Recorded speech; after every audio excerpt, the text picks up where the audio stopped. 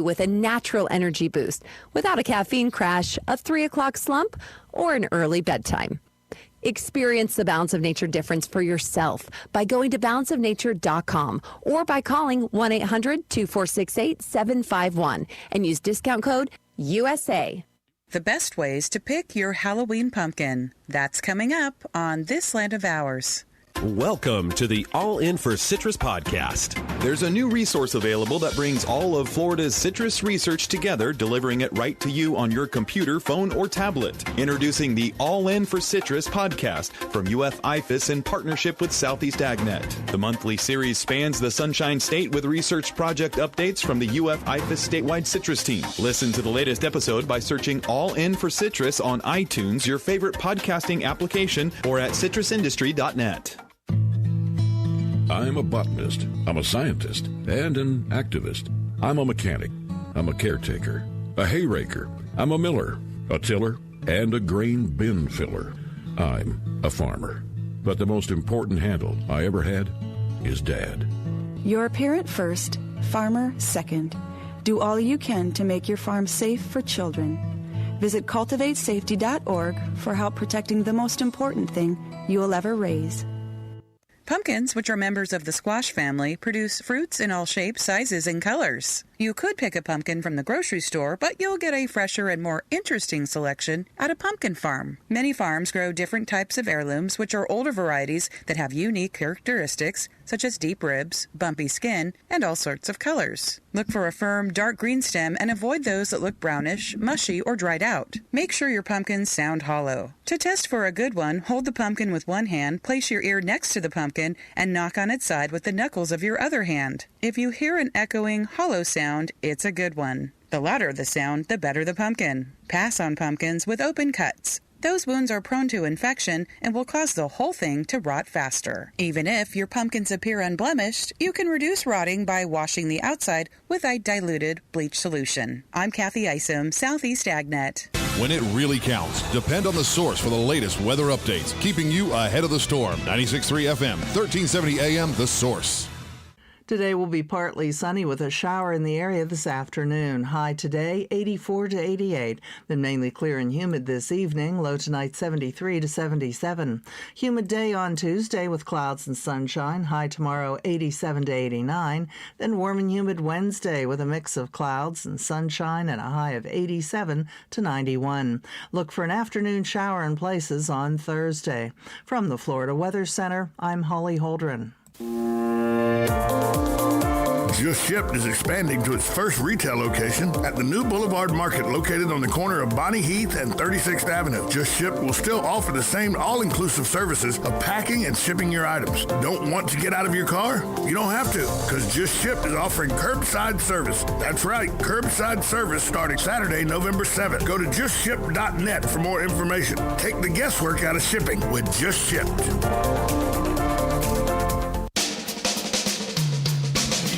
This is Ocala Talks with Tom Schmitz, bringing stories that are important to our community in and around Ocala. Plus, of course, a splash of sports as well. Now, here's your host, Tom.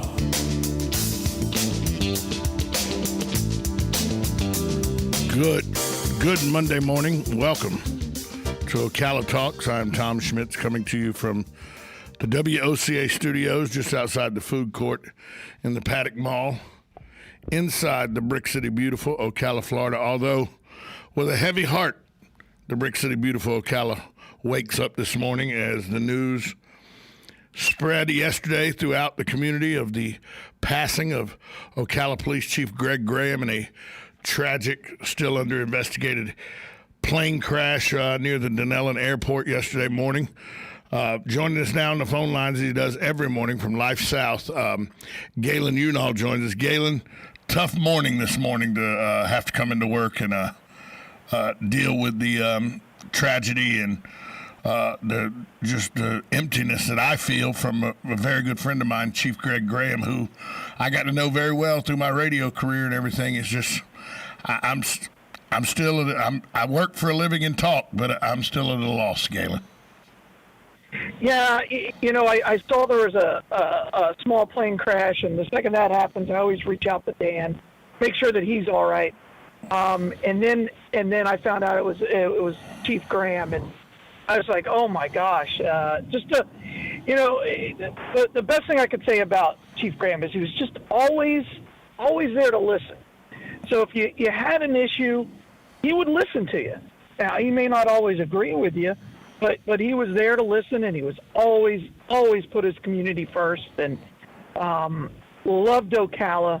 I believe this was one of the greatest places on the planet, and he took care of his city, and man, that's going to be a tough role to fill, and there's a huge void today in our community with him gone. Really? I got the way I found out is I don't remember actually how I found out yesterday, now that I'm thinking about it. I think my girlfriend may have been the first one to see. Somebody sent her a text message or something about, we were in church, so we were at Blessed Trinity, so we didn't hear about it until after church, but it was, I'm still a little lost because, I was joking around with him and now interim Deputy Chief Mike Balkin on Tuesday night at City Council with him and Mike Balkin, and the sheriff was there, and we're just ribbing each other, giving like guys do, and that was who he. I know he was the police chief, but he was also Greg Graham, my friend, and so we had a relationship where we'd dig at each other and we'd have a good time with each other, and it was jovial. And now, to know that last Tuesday was the last time I'll get that interaction, it's a tough one for me to swallow. Yeah, I respect that. It's just so shocking. He had so much more to give. It's just tough. And I did the same thing you did, by the way. When she said that, I go, no way. Hold on, I'll call Dan and see. And I called Dan, and Dan, this is how Dan answered the phone. Yes, unfortunately, it's accurate. He didn't wait for me to say hello, and he knew exactly why I was calling. And he goes, yes, unfortunately, it's accurate. And that was pretty much the somber feeling yesterday, as as it spread across social media and it spread through households in Marion County, it was, unfortunately, that's an accurate report. Unfortunately, yes. Unfortunately, everybody felt that. It was. It's one of those moments where you'll know exactly where. It's one of those moments in our community where a lot of people will remember exactly where they were when they heard the news.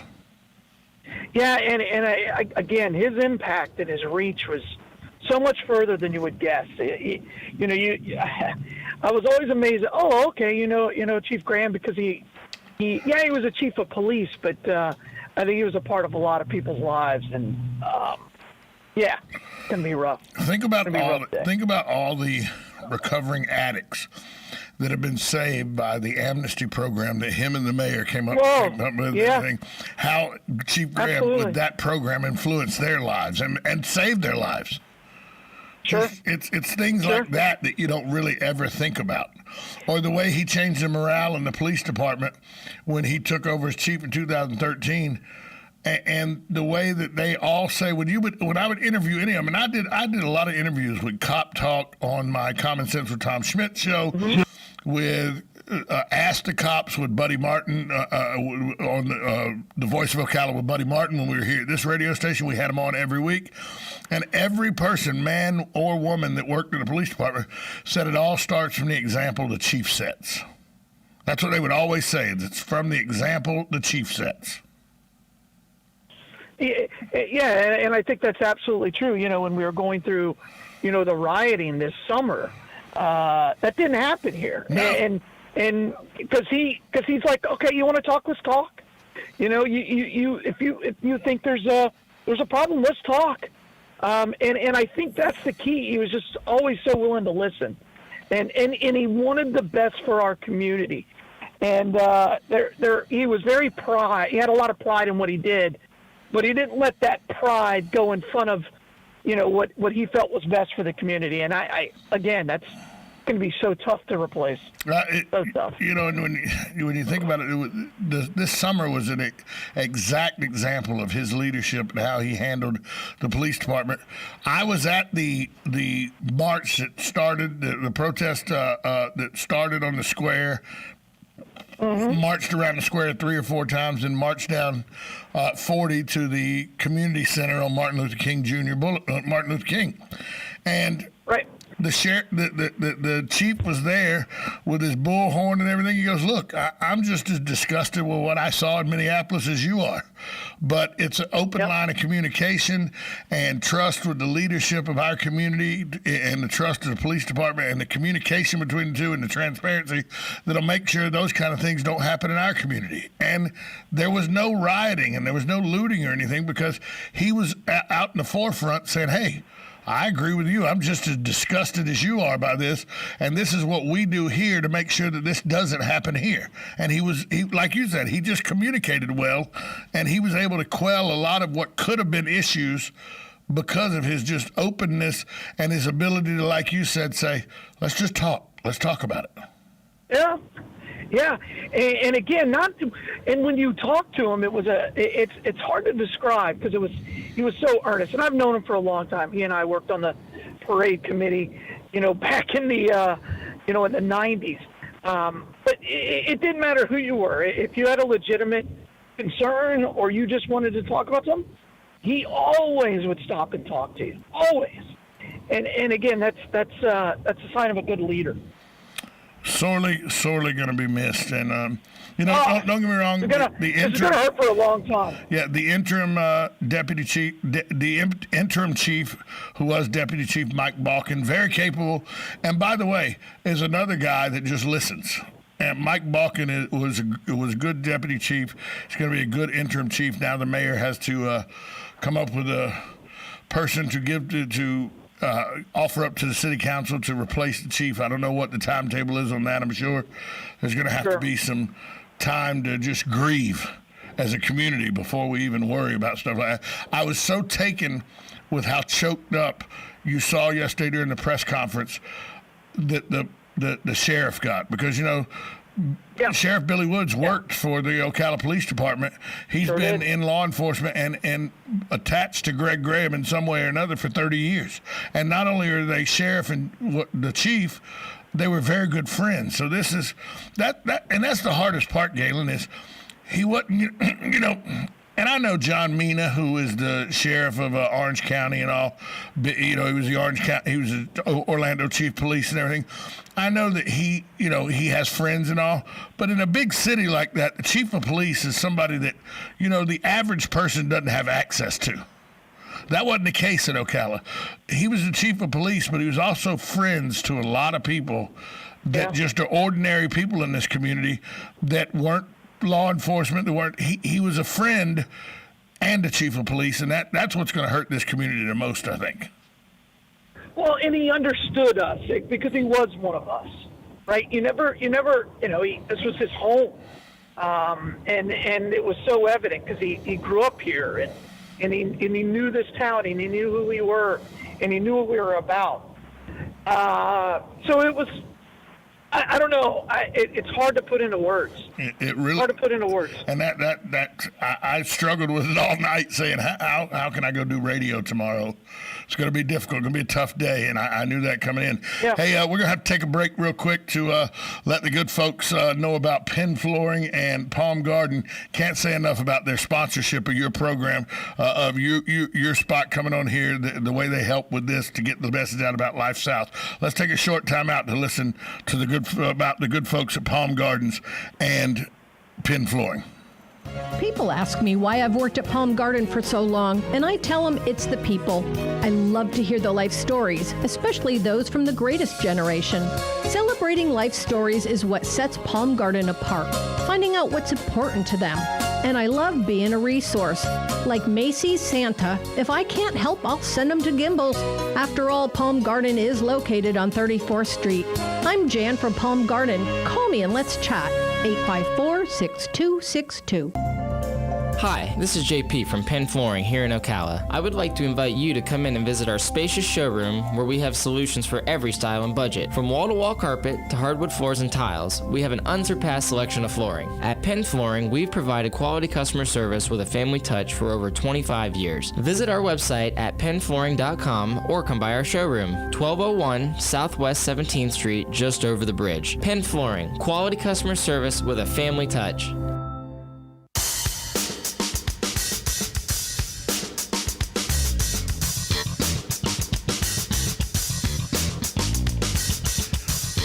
Welcome back to Ocala Talks with Tom Schmitz on a overcast Monday, foggy Monday.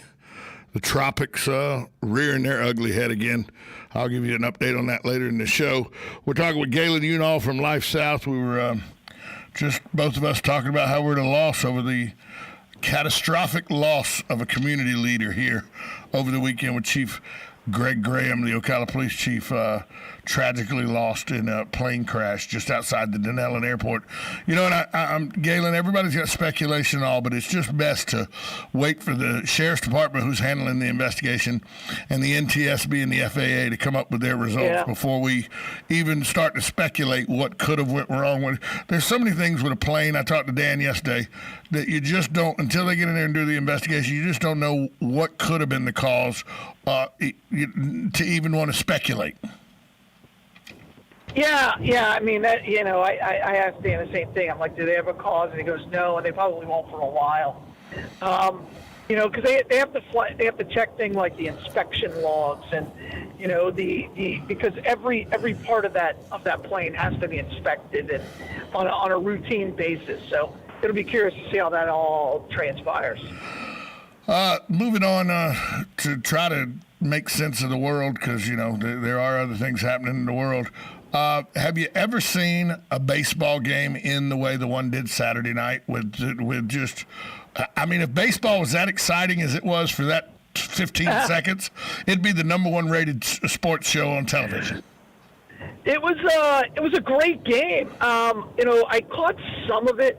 I was in St. Augustine, and I with my wife, and so I tried to tune out.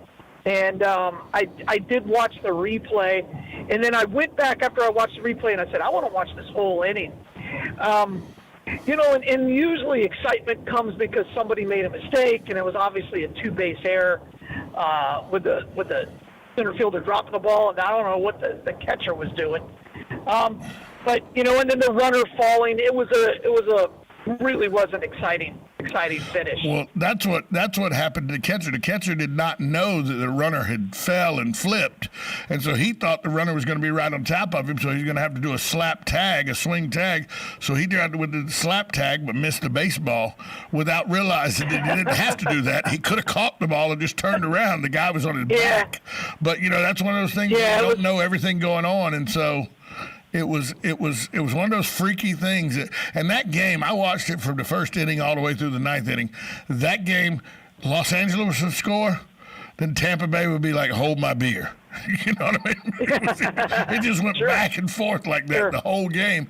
And so when Los Angeles scored to go up by one with, I think, Cody Bellinger hit a home run and then they go up by one run, and I was like, yeah, but this game, who knows what's going to happen, because they battle back every time in this game, and that's what they did. Last night, though, Mr. Seager, who was just on fire for the Los Angeles Dodgers, batting 500 in the World Series, was the National League Championship Series MVP. If the Dodgers win tomorrow night, he'll be the MVP of the World Series. Seager is just tearing the cover off the ball. Yeah, I think this series still has another at least two games. I don't think they end it this early. And last night the Rays had a chance to really win the game, and they decided to try to steal home. I just don't understand stealing home. I swear, when I looked at that, I go, did somebody tell him to steal home? Well, you know, Kershaw's got that interesting wind up from the set, but you know, you got two outs, you got a runner at third, you got a runner at first. You know, you don't want to let the guy put the ball in play and see what happens, because the Dodgers defense had been that good. So I didn't understand that at all, and I think after that it was over. And I also, another point about the Dodgers, they scored 59 of their 87 runs with 2 outs. Unbelievable. Unbelievable. I mean, clutch that's hitting. amazing. It really is. And, again, I thought last night was a well-played game except for that boneheaded decision. And apparently he has the green light.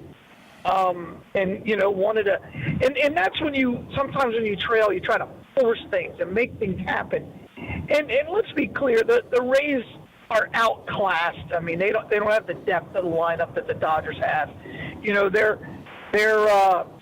Their salary is about $50 million. It's $50 million less than the Dodgers' yearly salary. Yeah. So again, but that doesn't matter once you throw out the first pitch. But I think they were just forcing it. I think Kevin Cash was allowing them to try to make a play. Because let's be clear, if he's safe there and it's a tie ball game, look out, because all the momentum. Kershaw's going to be rocked after that. He's been critiqued on that wind up for his entire career. He got away with it though, and they didn't score, and the Dodgers win. But that was the play of the game. John Schmitz said that the Rays didn't challenge it, but after watching it during the break and everything, he was like, "Ooh, I don't know that he was out." No, he was. I watched it. I watched it a couple of times because I'm not. By the way, I don't like John Schmitz.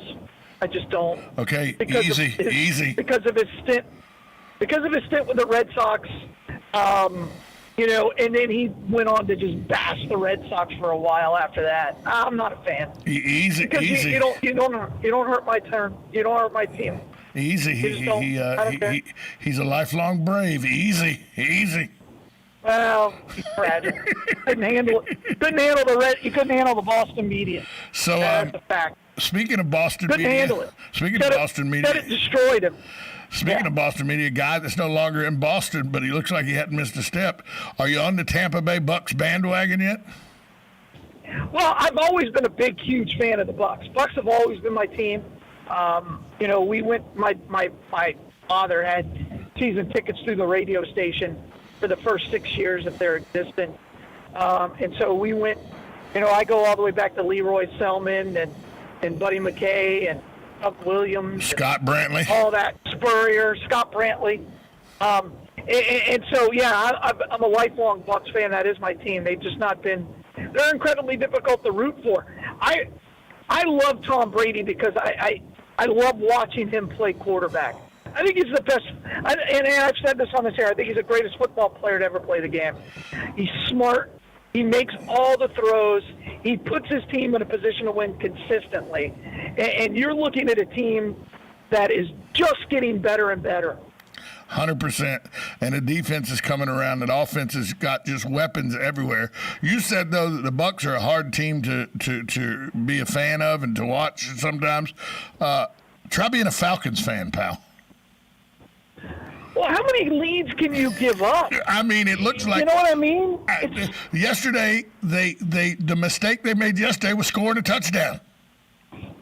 They even tried not to do that. They screwed up scoring a touchdown. Yeah, Gurley realized too late that he shouldn't go in the end zone. He falls over the end zone, scores, gives Matt the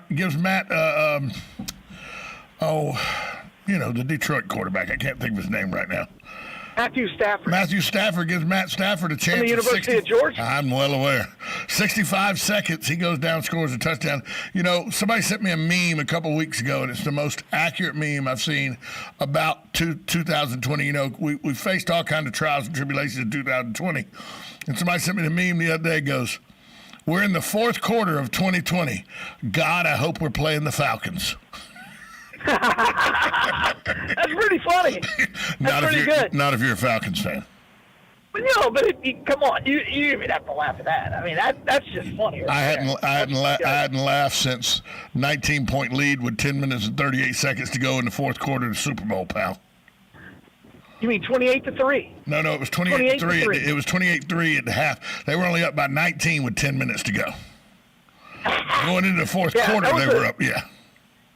Yeah, my son, who's a huge Patriots fan, because he's never had a losing season with the Patriots, so why not? Right. And And he's like, I'm like, this game's over. He goes, Dad, you got to believe in Belichick. And then, and then there was a turnover and the sack and the holding call and everything else. And it just all fell apart. All fell apart. Including, what happens when you have a Samsung Note 5 and Tom Brady wins the coin toss in overtime, and you take it and you throw it like a baseball into a block wall. You know what happens in that Note 5? In its OtterBox to protect it and everything. You know what happens? Sure. You go buy a Note 8. Yeah, that's right. That's right. Actually, it was a Note 7 that was catching on fire. You go buy one of those. That's what you do. So, there you go. It was. No, I will tell you. I don't know if you watched any of the Bucs game yesterday, but if Gronkowski, and that's 2 weeks in a row where he's really starting to. You can tell his legs feel good. Right. And he's getting open and getting in game shape. If he plays like that, I don't think you can beat the Bucs with that offense. Bucs are going to bring AB in a couple of weeks with Mike Evans. Mike Evans gets 2 or 3 personal or pass interference calls a game. Yeah. They can't cover him. Hey, speaking of games, give us an update on what happened Friday night here at the Westport High School Forest game. Well, what a great game. It was a classic game, went into overtime. Westport had a real chance to win it with about 10 seconds left. Savino rolls out, hits a kid in the end zone, and he just drops it. So they go into overtime. Westport wins the toss. They score, miss the extra point. During that series, the quarterback for Westport broke his collarbone. He's going to be out 6 weeks. So they bring in the backup quarterback, who's a senior and also a defensive end. He lobs one up in the end zone. The same kid who dropped it in the end zone to win the game makes a great catch to score in overtime.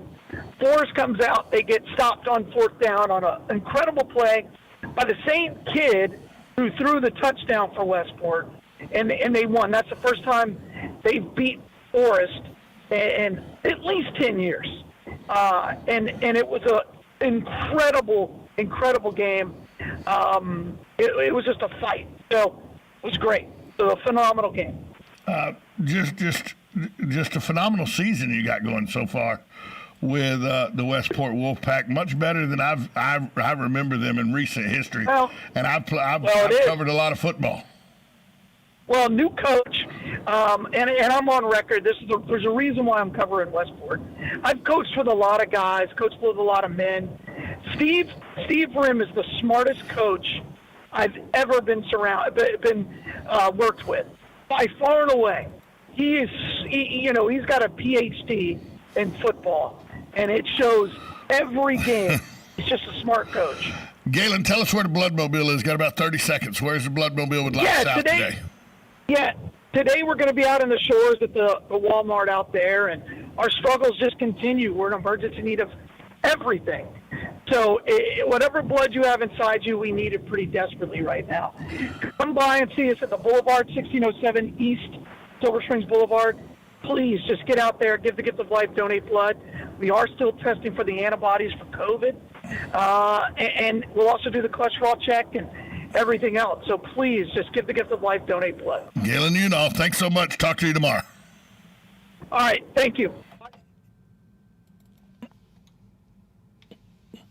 Broadcasting from the Paddock Mall Studios, this is WOCA, Ocala, Gainesville, The Villages, 1370 AM, 96.3 FM, The Source. If Americans are hurting as COVID-19 lockdowns keep people from working and the expenses of life keep mounting, is political motivation keeping the suffering front and center this election? USA Radio News' Tim Berg has more. Time is running out for a new coronavirus relief bill to pass before Election Day. One of the main sticking points is how much money should be going to cities and local governments. And according to Republican Senator John Thune, it's Democrats that are wanting to wait until after the election to help the American people out. Money for the post office, money for farmers. I mean, we've moved a bill on the floor now twice in the Senate, but the Democrats have blocked it. So in the end, when the smoke clears after the election, hopefully we can sit down and people can in good faith start to compromise. But right now, my impression is that the House Democrats and Speaker Pelosi would much rather have the issue than they would have a solution. And we want a solution.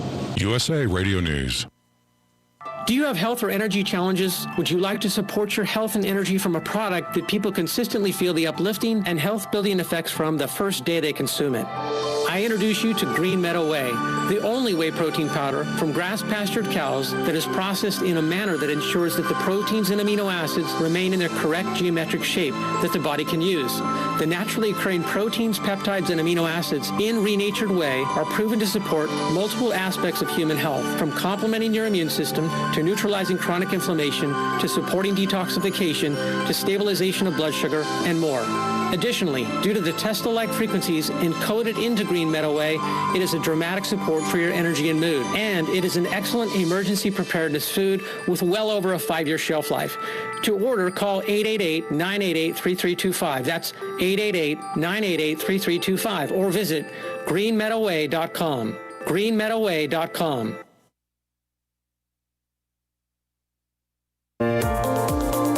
Just Shipped is expanding to its first retail location at the new Boulevard Market located on the corner of Bonnie Heath and 36th Avenue. Just Shipped will still offer the same all-inclusive services of packing and shipping your items. Don't want to get out of your car? You don't have to, because Just Shipped is offering curbside service. That's right, curbside service starting Saturday, November 7th. Go to justship.net for more information. Take the guesswork out of shipping with Just Shipped.